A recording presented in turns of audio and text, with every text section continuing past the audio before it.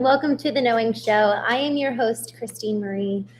Now, thank you for joining me tonight. It's such a privilege to be able to join you and hang out and talk about things that matter. For a lot of you, we've been growing. We've been creating a little community online, which has been so cool. And for those of you who are new to the Knowing Show, we talk about how to cultivate our intelligences, how to effectively be more human, more alive. And the reason why this is so important, not just from this perspective of let's live a full and holistic life, but especially in this age where, as we're looking tonight and every night at cultivating human intelligence, we are up against another intelligence, an artificial one. And y'all, we're finding more and more people are trading AI companions for human companions and human relationships. So this conversation, this time of really looking in the mirror and asking, okay, how do I become the fullness that I can be, is so critically important, because we are not just competing against technology in terms of attention, where we're constantly being distracted. There's constant stimulus, but now we actually are at risk of being replaced. I have heard so many stories of husbands leaving their families because of AI and he wants to have a romantic relationship. I've heard of women and the AI companion dynamic that they get that is so much more satisfying than their own partner. I'm seeing people literally taking their lives because of a story I just read a couple days ago of this guy who was convinced that, he would be able to be with his AI companion in the afterlife. It is wild what we're experiencing. And so this show is purely dedicated to the cultivation of human intelligence. Yes, an understanding of artificial intelligence sometimes, to make sure that we are staying with the times and keeping aware with what's going on in the world. But it has never been more important, it doesn't behoove us more at any time in human history than now to cultivate who we are as we're looking in the face of this future, of which we really don't know. There's nobody who is an expert at AI because it's constantly evolving and constantly changing. So what we can become an expert in is you and me, is in the human being, to maintain even the desire to exist in this physical world. We're so existing on this kind of existential plane in terms of like wondering what's coming, or also existing on the digital plane, not actually here and now. So without further ado, we are diving into this conversation tonight around how do we spend our time. And I'm excited to talk about this, because from a business perspective, I just was meeting with a roofing company actually this afternoon. We're talking about different marketing tactics and branding tactics and what's really going to yield the most return on the investment that we can make. And as we were talking, we're talking about different digital tactics, traditional tactics, radio, TV. We're talking about the whole gamut of where we could be investing money.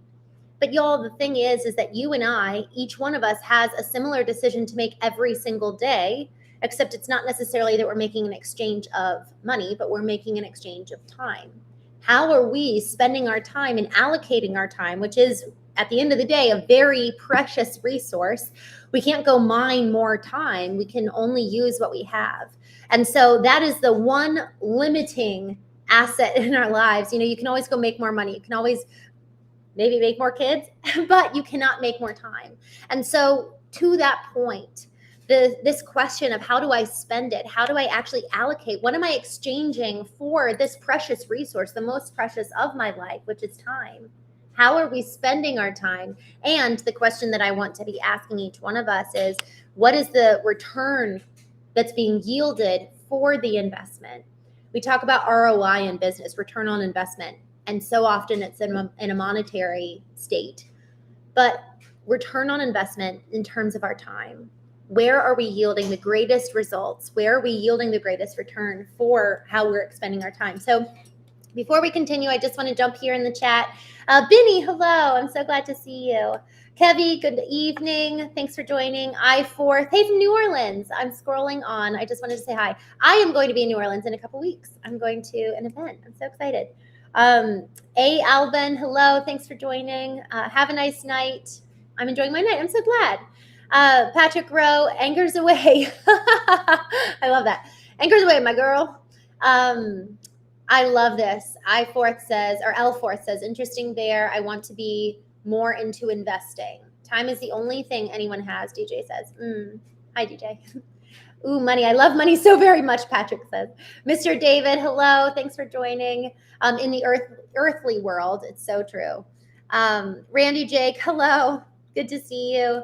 DJ says, what is ROI? Return on investment. So really what we're talking about tonight, as we're talking about how are we spending our time, we're taking the approach from time is our greatest resource in so many ways. That is something we cannot get more of. Now you can wake up early or go to bed later, but really we only have 18 hours a day, 20 hours a day, probably at best or at most for most of us. And so how are we going to use that? What and how will we spend this time that is allocated to every single one of us, that then it's like a bank. I'm putting out an hour of my time. What's the return on that in terms of my investment? And so you can look at it in terms of monetary. So that's how a lot of people will charge. That's actually how I've charged a lot growing in my business was, okay, an hour of my time is X amount of dollars. But y'all, we need to think about this beyond business. We're not taking this question and applying it to our personal lives. When we go home at night, what's the first thing we do? Do we turn on the TV? Do we cook dinner? Do we go to the gym? Do we spend time with our friends? Do we make a phone call? Do we read a book? Do we pick up our phone? How are we spending our time? What's the hour exchange? What is the return on the hourly investment of our time? And again, it's not money that we're talking about here. Sure, maybe you go to dinner and you spend some, $200 for a meal for your whole family. All right, well, what was the yield from that? Did you have good conversations? Was there any kind of cool breakthrough where you really got to know each other better? What about, honestly, being able to make a new business connection? Maybe you were going out to dinner with some business partners. So that $200 for dinner, that's a financial investment. What was the yield? What was the return on that financial investment? Okay, so then taking this example, now we're at home, we're in our home. I just walked in the door from work. What's the first thing I do? We have probably 4 to 6 hours, depending on your time of day when you return home. And this could be regardless if you're a night shift nurse, but let's say you walk home, whatever time it is, you've got 4 to 6 hours before you go to bed. What is the return on that 4 to 6 hours that you're spending in terms of your time? And so this is what I want to dive into in terms of our actions. There is a return on every single action that we make. Every single action that we take, there's always a return. And so we think about it in different categories. On the Knowing Show, we talk about intellectual intelligence, our mind, really cultivating our minds. And for so many of us, we've been cultivating our minds since childhood. We were given books and we went to school and we learned how to read and math and science and history, English. We were taught all these different subjects to cultivate the mind. And then we also have emotional intelligence, which is our soul, where our emotions are. And so it's, okay, how much of my actions are yielding me a return cognitively, intellectually, yielding a return emotionally? Emotionally and cognitively, there's very different actions that would feed either one of these categories. It's kind of like nourishing. We talked, honestly, it was probably a month ago at this point, where we talked about how to recharge. And we talked about how to recharge in each category. How do we recharge intellectually? Reading books? Is it having a stimulating conversation? Maybe joining a mastermind? Honestly, it could even be listening to a podcast. We were talking about how to recharge emotionally. And so that might actually be having a really good conversation with a friend. Maybe it's therapy. Maybe it's meditation. So we were talking about recharging in those ways. But now I want to look at it from the aspect of what action do you take that yields an investment intellectually? What action do you take that yields an investment emotionally? And that could actually, that's not just what am I gaining back, kind of selfishly. It's also, well, what action am I taking, such as, am I going to actually a food pantry and serving that is yielding a return for me emotionally, where, man, I love these people. And it actually is feeding me and nourishing my emotional side to then go and love and give and nurture in that way. Actually, nurturing can be one of the best ways to feed the emotional side of us and emotional part of us. It yields great return when we go and care for our family, when we care for our community and our children. Same thing goes with the intellectual. When I go and attend a class, when I go and I read a really, really good book, I am yielding a return because of the intellectual stimulation that I get from that investment. And there can even be, then you go to physical intelligence. So we talk about intellectual intelligence, emotional intelligence, physical intelligence.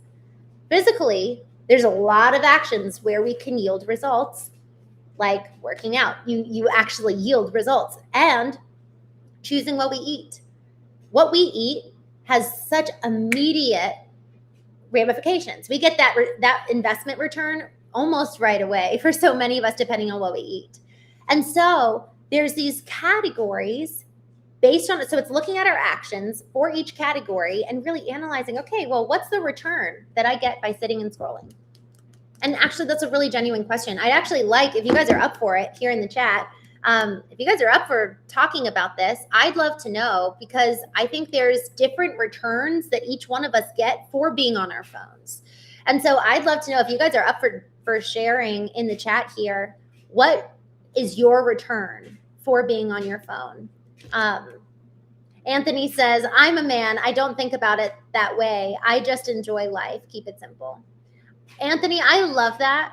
And I also am curious, could you ever get to a point in your life where maybe because you weren't thinking about it, then you didn't spend your time the way that you would have otherwise if you were not looking at the expenditure of time with intention? All right. I am putting down Better Believe on timeout. I don't know what's happening here, but we're just going to put you on timeout. Okay, so I would love to hear, guys. Patrick says, as long as I got, I don't know, my chopper, a few thousand in the bank, a few thousand coming in the bank. I'm happy. So really, I'm curious, is this something you guys have never thought about in terms of, am I spending my time wisely? Am I actually pleased with the life I'm living? I would love to know if that's something that you guys are actively thinking about. Because here's the thing, when we look back 60 years over our life, 80 years over our life, if we're lucky, 100 years, are we proud of the life we're living? And so often we're living on autopilot. We're living without really paying attention. And so part of this is, man, am I actually living a life right here, right now, that I'm really proud of, that I'm happy with, that I'm making good use of my time? Andra, I'm so glad you're here. Hello. Thanks for hanging out. Luis, peace unstressed myself and learn about other people and their lives from scrolling. I love that, Luis. So you said that, I asked, what do you gain by scrolling? And he says, peace, unstressed, learning about other people and their lives. I love that. And that's such a good perspective. I think that's such a good perspective of, what are you gaining? What's the return on the investment of what you're consuming? A friend of mine, and this is why, Luis, I love that perspective, because none of us are ever going to be able to have the whole perspective alone, hence why we need each other. A friend of mine, their algorithm is really negative, and it actually produces a lot of negative thoughts for them. Whenever they go and pick up their phone, it immediately makes them angry. And so I love that your feed yields peace. It gives you peace. And I think that that's such a beautiful thing. I love that. Ima, hello. I have not put you on timeout. Maybe I did one time, but you've been wonderful ever since. John, hello. John Donald, good to see you. Christopher Adams, hi, my friend. I feel like it's been a long time since I've seen you. It depends on what content you decide to utilize on your phone, and if you decide to apply what you learn or not. What a good point. Yes, exactly. Am I actually putting into practice? And guys, that's actually something really, really interesting with the brain. If we learn something and then we just talk about it, but we never do it, our brain actually doesn't really know the difference. It's like we can trick our brain into having already done it It's very, very fascinating what happens when we're just sitting around talking and musing, or just sitting and consuming without taking the action associated with that. So good, Christopher Adams. Thank you for saying that. Paxton says, hi, Paxton. I'm not pleased, of course. I don't know how to fix it, though, I guess. So you're not pleased with what you're consuming on your phone, or just how you're spending your time? I feel like, first, thank you for being so honest. I love and so appreciate that. R. Gary, hello. Thank you. I'm so glad you're here. Perez, hello. Thanks for hanging out. Anthony, I freaking love this. Anthony totally coming in with a contrarian view, which is so good. So good. What's the return of not obsessing about ROI and just being in the moment? I believe in cause and effect. ROI is not applicable in every situation. I love this. Y'all, this is why I love having a conversation, because yes, it's so fascinating. Man, I grew up in such a black and white culture, and it's funny, I still can be tempted towards that in so many ways. And it's so nuanced. You know, asking this question has radically changed my life for the better. I feel like I live awake, considering, am I spending my time intentionally? And is one of the most important conjunctions, because it allows for two very opposing approaches to life, two very seemingly opposing beliefs or thought processes or even actions to coexist together. So, Anthony, what you're saying about being present and the power of here and living in the now, I'm so grateful you brought that up, because that fundamentally also changed my life. And even the decision, I'm intentionally going to be present. The thing is that, am I even aware enough to be present here in this moment? Or am I just on default? Am I just mindlessly scrolling? Or am I intentionally, to what you were saying earlier, Luis, of the benefit that you get from scrolling? I yield peace. I'm going to intentionally sit and scroll, being intentional, being awake. And I think of it as being awake, Anthony, because I really felt like I was living asleep until I started actually being, it's like mindfully present, intentionally present. And then, man, the yield we get in that regard is so huge. So I love that you brought that up. It's such a good I love that. Paxton, I just saw your message earlier. I'm sorry I didn't see that sooner. Being on my phone shuts off my brain and keeps me from ruminating and being depressed. It's a Band-Aid. I found that to be so true for me. When I'm scrolling, it's like, that's actually the thing that takes me away from the present. So, Luis, I think in one sense, you say peace, and that's it's like such a precious word. And is it peace or distraction? And so if you're able to find peace, what a blessing. And I think that that's such a healing modality. And being aware, that's where it's like being conscious. Am I living consciously? Am I being awake again? And so I love this conversation, y'all, because there's so much nuance here. So good. Just scrolling down the chat. Anthony, I love this. Different Anthony Petrick. Anything that brings joy and smiles to others and myself, I'm satisfied. I love that. Spider-Man, I'm going to put you on timeout, because it doesn't seem like you're offering kindness. Vinny, honestly, the return I get for being on my phone is just detaching from reality. In hindsight, it's not good at all. I'm not getting a good return. Y'all, isn't this helpful to be like, okay, for some of us, yes, I'm yielding good results. For others of us, no. Like I have a limit on my Instagram. I don't have TikTok on my phone because I don't want to get sucked into it. But for my Instagram, I think it's a 20-minute or 25-minute limit. So at 5 minutes, it alerts me that I've been on my phone. And I think it's across Facebook too, because I'll get an alert on Facebook and LinkedIn. I think it's all three, where I'll get an alert saying, okay, your time's up. And I can request 5 more minutes, 15 more minutes, or say ignore for the day. And that's been so helpful, because again, so many so many times that I'm sitting there scrolling, I'm being mindless. I'm actually not, Louise, to your point, finding peace in it or being intentional about it. And even Anthony, Jr., what you're saying about being in the present, I don't find myself being super present when I'm on my phone for the most part. And so now I actually have to have these limits and reminders to be like, oh, wake up. Oh, wake up. It's like that little jolt of, oh yeah, this isn't actually how I want to be spending my time. Edward, creators after God's own heart. Oh, I love that you said this. So to Edward's point, freaking brilliant. Guys, if we want to be true creators, this is where us detaching from, it's like consuming. Once we stop consuming, then we really can start creating. And so this isn't about the phone necessarily. It's just about how am I spending my time and what am I yielding for my time spent? And it could be honestly, maybe you're reading books that aren't actually yielding you good return. I'm going to say something that probably isn't very popular. My mom didn't let us read like romantic novels growing up because she was like, I don't want that to be in your head. I don't want that to feed you.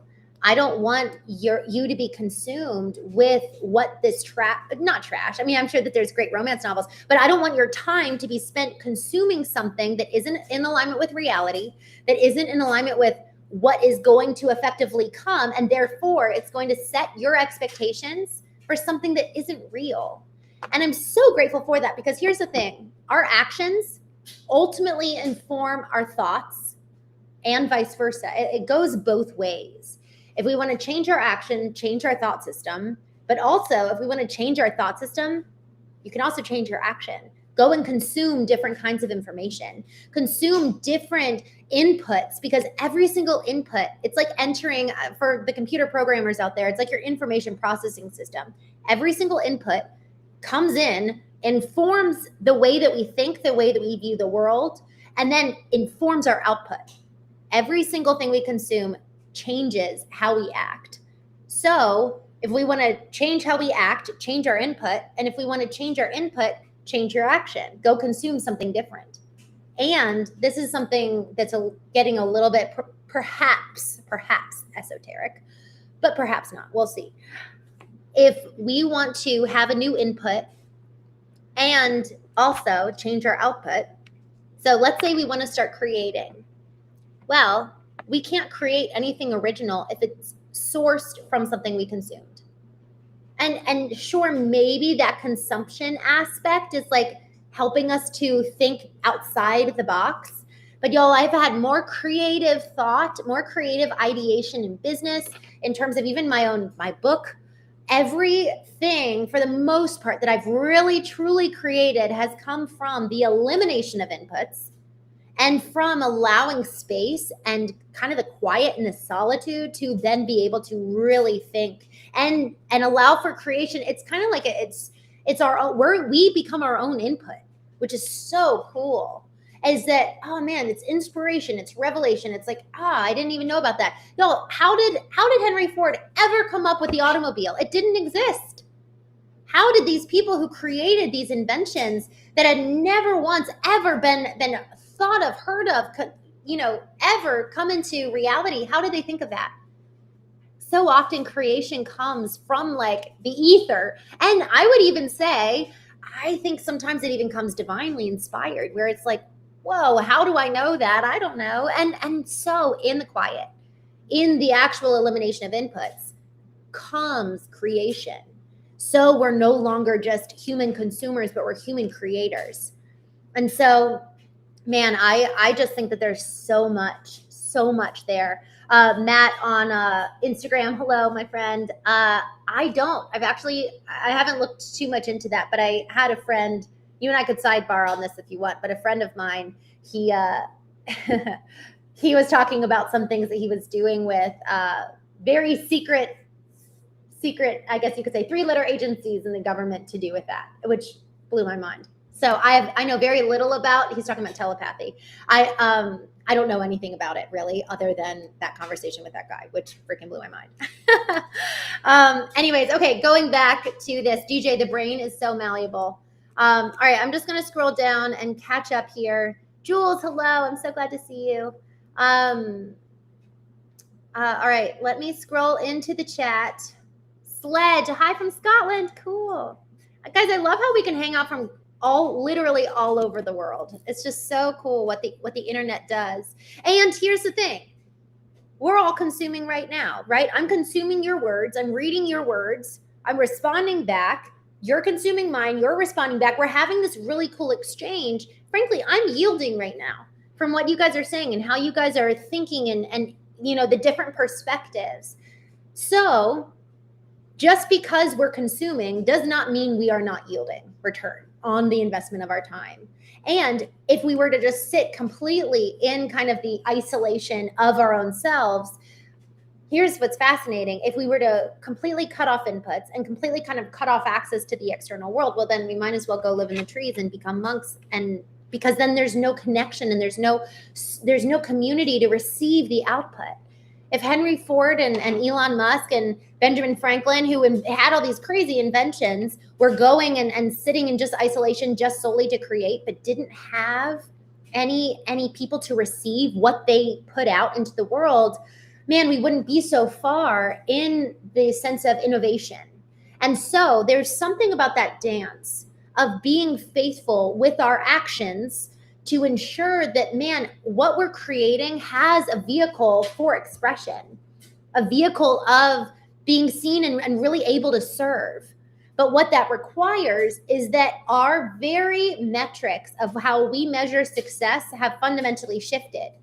Now I'm, yes, valuing being present here in this moment, because we really can't create apart from truly being present to be able to listen, right? And be able to get that access to something that's going to be new. But it also means that we have to be aware that what we value, and how do I even want to say this? What most people value in terms of time expenditure and return for that is likes, followers. It's vanity metrics in so many ways. It's feeding the ego. And so you and I, if we really want our outputs to hold merit, if we really want our actions to have impact, we have to have a fundamentally at our core different value system, because that means pulling away, being in isolation, being in the quiet and the solitude.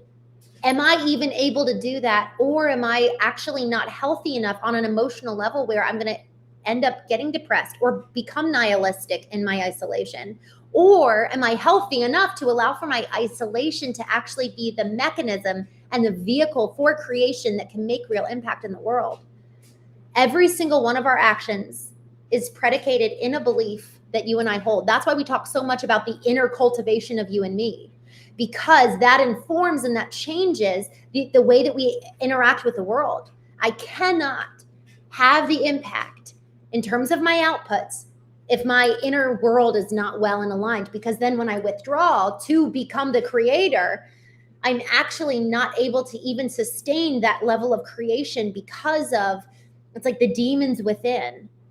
And here's what's even interesting as I'm even saying that, so many creators in terms of art and music and poetry are like, it's like when you look at their lives, they're very miserable, and they end up ending their lives, or their lives end before they can even see the impact of the music and the artistry that came forth from them.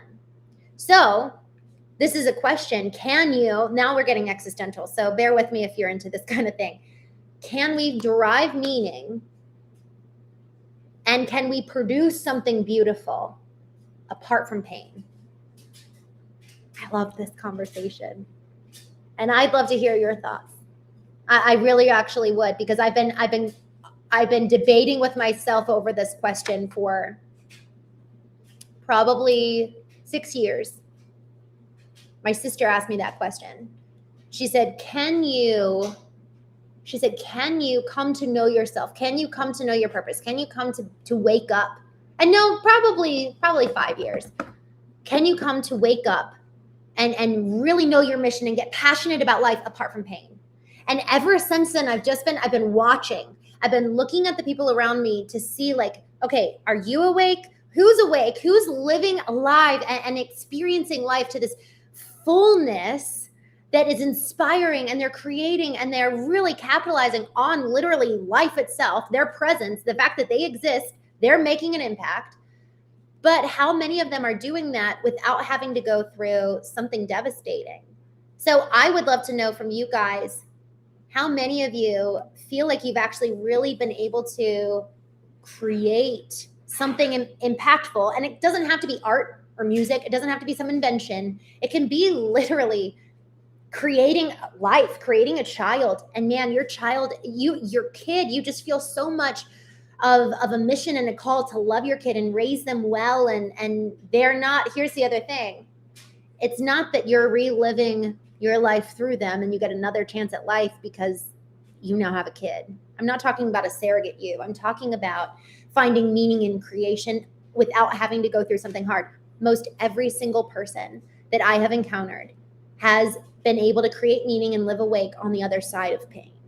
It's like pain is the conduit. It's the vehicle to waking us up. And so I'm looking here in the chat.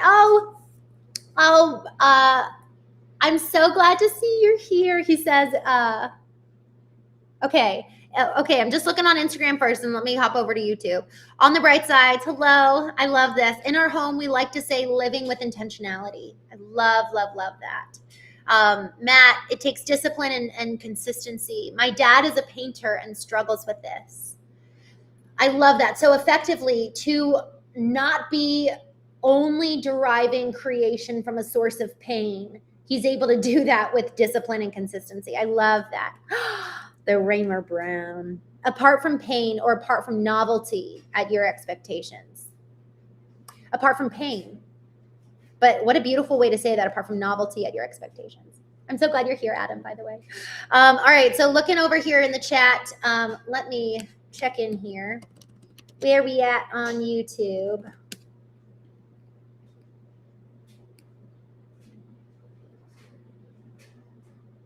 All right, just looking down here, playing catch up.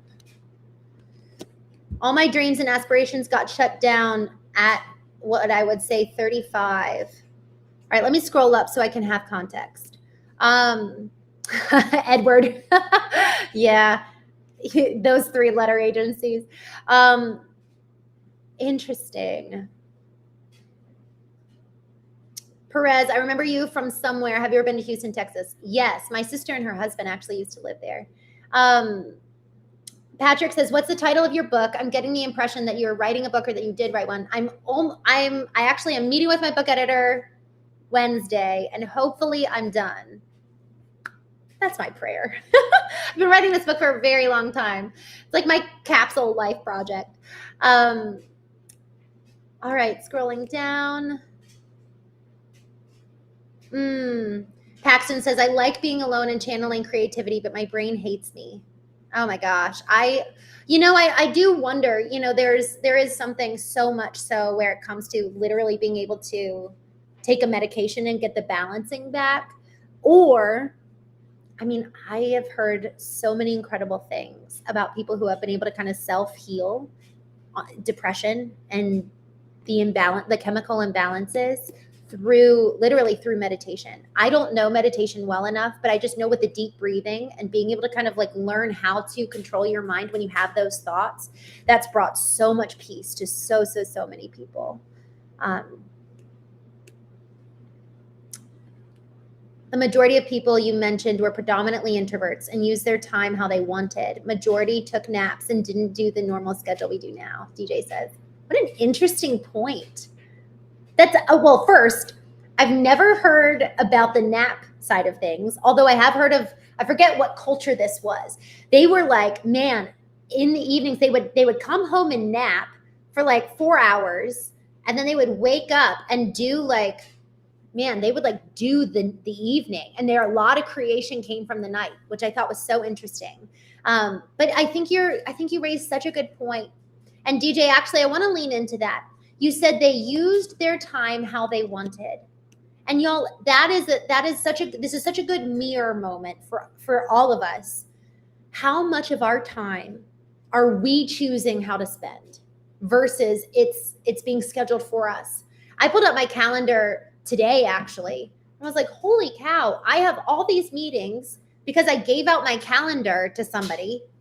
It's for good reason. And all of a sudden I have all these random meetings and I'm like, okay, I need to take my time back, because y'all, the thing about the expenditure of time, when we're thinking about, okay, what's the ROI for every single action? What's the return on the investment that I'm making intellectually? What's the return on investment I'm making emotionally? Because there are people that will drain us emotionally. There are meetings that we should not be in that's draining us intellectually. We should not be spending our mind power on these topics and in these meetings. This is not for, so being an effective leader of our own lives, that's why business has so much to do with our own personal family, with the own way that we live our lives in general. Because if I know how to be aware of, okay, this is my target, this is how I measure success, I know what I'm good at, what I'm talented in, okay, I know how I want to achieve those goals. Now all of a sudden we start becoming the author of our own lives. We actually start being the ones to curate our calendars, and we curate the activities at home. We start being so keenly aware of what is life-giving to us, what depletes us, that is outside of my skill set and therefore not a good expenditure of my time. And because I'm not returning, I'm not getting a return on my investment of time, intellectually, emotionally, physically. Y'all, we need to know these things. I even, I'm looking at, and this is just an example because I really want us thinking this way. So if I want to get in shape, okay, well, what's my actual goal? What do I want to look like? How do I want to feel though? Because what I look like is kind of a vanity metric. But how do I want to feel? If I'm a mom and I'm going to have a baby, what muscles in my back and body do I actually need to be tending to so that I've got the strength to push out this child? And y'all, I love this example of childbirth because so many areas in our lives require a death in order for there to be new life. But it requires muscles. It requires training and learning how to allow for the death of the old to have the new come to life. For example, if you are actually wanting to get to the next level in your business and you're really wanting to get to, okay, I know that I actually need to scale back from these businesses. From these meetings, I know that I actually need to put new people in place. There needs to be a death of what's old. There needs to be a death of what's no longer working for your business, a death of the old systems, a death of even your own ego from attaching your involvement to the outcome of what you want it to look like, sound like, feel like. And so with the death of that, then I now need to be hyper aware of, okay, what needs to change in me emotionally to have even the humility to step back? What needs to change for me intellectually to hire the right person, ensure that they're filling in this void? I get to step back and then I reorient that expenditure of energy intellectually into the better and more proper, I guess you could say, action that yields then the real result that I'm looking for. So jumping back here in the chat, Christopher Adams says, it's kind of sad, to be honest, how some paintings don't become bestsellers until the artist passes, as if value is determined by the measure of life. Word. Dude. That is so beautifully said and so incredibly true. Wow. Yeah. Patrick said, just think if they had patented back in the day when the wheel was invented. Oh my gosh. That's so funny. Midwestern, hello. Jules. Romeo, put the phone down and go meet your neighbors. Do the community more good than this. I love that. Put your phone down and go meet your neighbors. Y'all, that's so wonderful. Okay, I love this. All right, so back to Instagram. Adam says, how are you defining pain? Kind of like defining love, where there are a few definitions. I freaking love you, Adam. Yes, absolutely. I was hosting a knowing retreat, and I had a few different couples with me, and I asked them, because we were talking about relationships, and I said, okay, how do you define love? Each couple, each person in the partnership wrote their definition. And every single person had a different definition from their counterpartner. And y'all, what's so dangerous then, to Adam's point of how do you, well, what let's start with definitions. What are we working with here? The reason why that's so important is because you could spend 20 years in a marriage, and I've seen this happen. I'm loving you. I love you. You love me. We're trying to love each other. And my definition of love is entirely different from yours. My darling defines love as a verb because of his experience. And I define love as a noun because of my experience. I can sense when someone doesn't love me, even if they're doing the right thing. And for him, it was all the noun, supposedly, but his thing was that it was never shown. There was no verb. And so what we've come to, first, it was so important that we even realized that. That's huge. And so now it's okay, it's both, you know? But the thing is that if we hadn't ever really realized that, I could have been loving via the noun, you know, words of affirmation and experiences and all these things that have perhaps more to do with the noun, where for him, he's all verb, and maybe he would have been doing a lot of things, but never showing up for me in the way that I needed. So this definition of terms, Adam, I'm so glad. I love you, my friend. Later you say endurance of pain or negative event is a meditation or focus on joy. Endurance of pain or negative event is a meditation or focus of joy. And what a beautiful way to say that. So when we're talking about pain, when I'm saying, you know, have you found people in your life who have really been able to create something of value, of impact, of change in some semblance of communal life? Pain by way of, and so this is what's interesting. So in my book, Knowing, I start off with sharing the three moments in my life that really broke me. But it was only until the third reckoning that I really squared off with that pain. And it was emotional pain. You know, I lost my brother-in-law. And then my husband said he was thinking about leaving me. And then he finally left. So those 3 moments, but it was only until my husband really left where I was like, I need to face off with what this pain is inside of me, because otherwise I'm going to become bitter. I just knew I could see what would happen if I did not face the pain. And I also had seen what happened for 6.5 years after my brother-in-law. I was so devastated. Nobody had a clue because it was my sister's loss, and I just had all these narratives that were preventing me from getting the support I needed and even processing it myself. And so to that point, I really did not do the work to address pain. So that's how the book starts. We're talking about pain at an emotional level. You're left, you're abandoned, your partner dies. There's some thing externally in life that causes internal pain. But then as we move through the book, we talk about another layer of pain and Adam, you're just brilliant for asking me this question. So thank you, because this is exactly where we should have gone. And I'm so grateful for you. There's another layer of pain that every single one of us needs to experience. And I'm saying that, counter me if you disagree. I really actually believe this. I think that this might actually be a core value of mine. And I didn't even realize it until this moment. I think every single one of us needs to experience this kind of pain. And it is the pain of looking in the mirror, the pain of self-realization, of looking in the mirror and seeing ourselves for the entirety of who we are. It's effectively what happens when you remove the log out of your eye and look and see, oh my gosh, guys, I had really what this experience for me was, I had lived for 8.5 years in this marriage where I did everything I possibly could. I really did. I killed myself trying to make him happy and make him love me and please him and make his life wonderful. And, you know, I even said one time, I was like, I will, you know, if you want to go on your motorcycle, we can live abroad and go on our motorcycles all throughout, you know, Argentina and explore the world. And I'll have the business and it'll be wonderful. And I handed him this like golden platter, silver platter.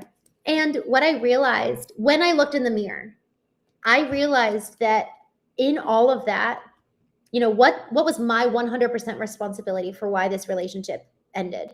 Because I knew that if I did not look in the mirror, I would become bitter, but also I would live as a victim. So by us looking in the mirror and being brave enough to square off with the pain we feel by looking at ourselves, we also come to realize that we have way more power in our lives than we ever thought. So much of what actually makes it so much harder to experience life is all of the control we've handed out to other people. You know, we give other people so much control, and then we wonder why we're not actually able to feel fulfilled, or why we're not actually able to be creative. To your point earlier, is that the people who were creative, these creative geniuses, actually were introverts and used time the way that they wanted.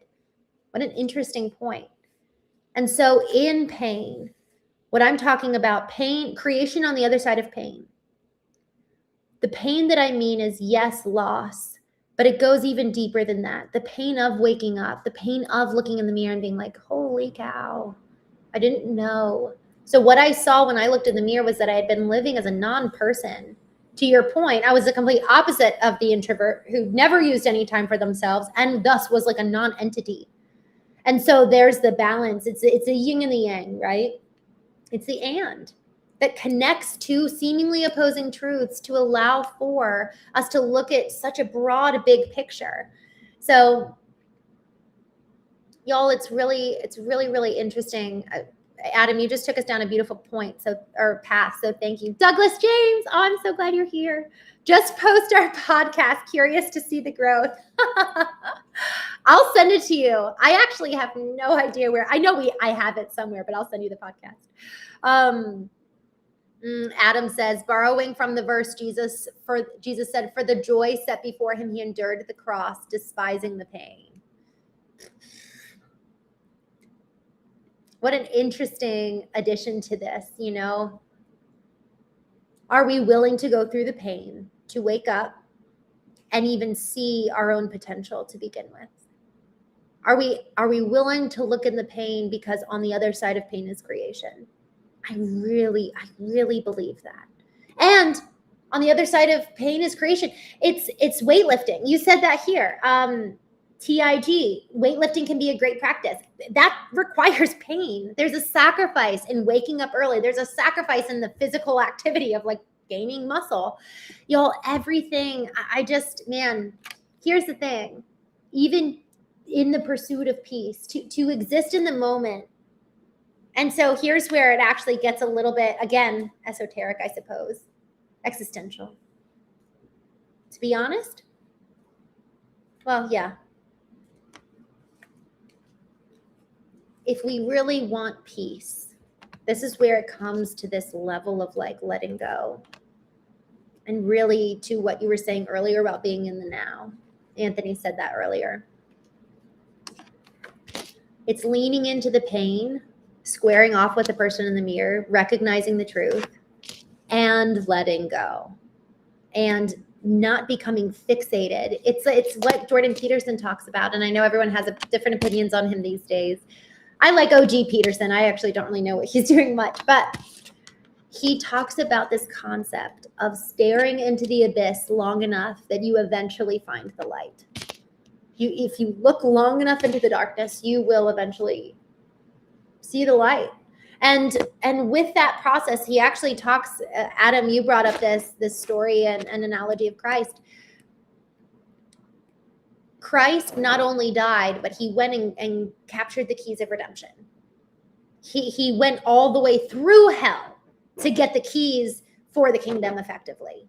And so in us looking in and peering into the darkness and going through pain, we don't stop at the pain.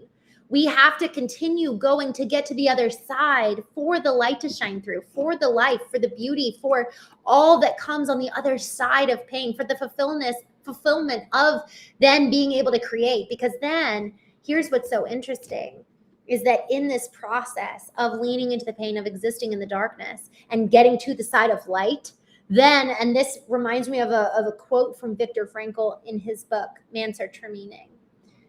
There's the love that comes in and then through. So when we're willing to lean into the darkness long enough to then get to the light, then it's like, man, it permeates our soul. And we actually realize, this is what's so cool, is that in peering into the abyss and finding the light, we actually realize that part of the pain that's there is in direct proportion to the amount of purpose that's there.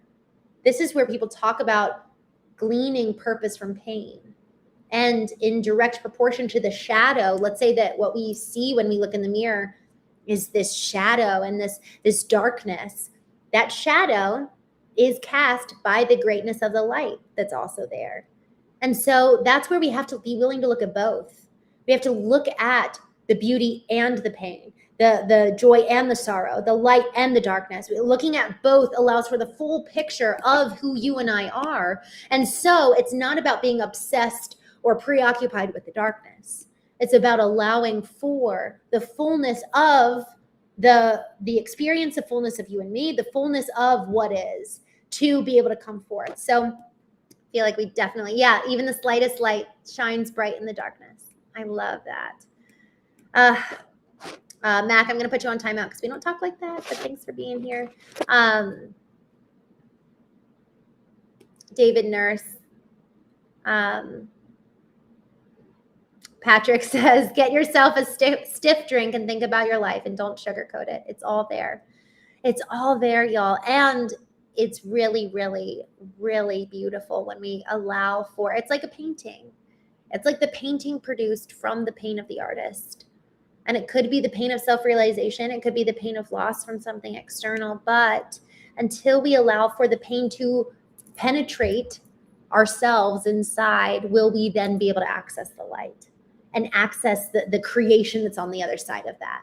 And to the extent where we're healed in the process, obviously creation has come from pain and that artist stayed in kind of that torture. But man, if we want to alchemize the pain and create something beautiful that allows for meaning for all of us, not just those who benefit from the beauty created from the pain, but if we also want to live and find joy, like find peace. And isn't that so much of what we're promised when we're actually willing to engage at this level in life? So with that, y'all, thank you so much. This has been such a good conversation. I really have loved, I've really, really loved the conversation in return to this subject. So thank you all so much for hanging out with me tonight. Guy that comments, hello. It's not a painting without pain, he says. All right, Cray, I'm going to put you on timeout because we don't talk like that. Patrick, thanks for hanging out. The Flux. Oh, I don't know what's going on over here. But Patrick, I love so much of what you've been saying. Sajid, hello. My mother always used to say, the older you get, the better you get, unless you're a banana. That is so cute. The Flux, thanks for joining, Scott.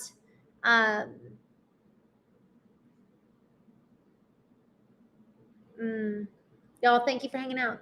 I'll see you tomorrow morning. I'll be back online tomorrow morning, 9 a.m. Eastern. We're going to be doing our daily lessons from A Course in Miracles. So with that, I'm going to hop off. Thank you for hanging out with me, and I will see you tomorrow. Good night.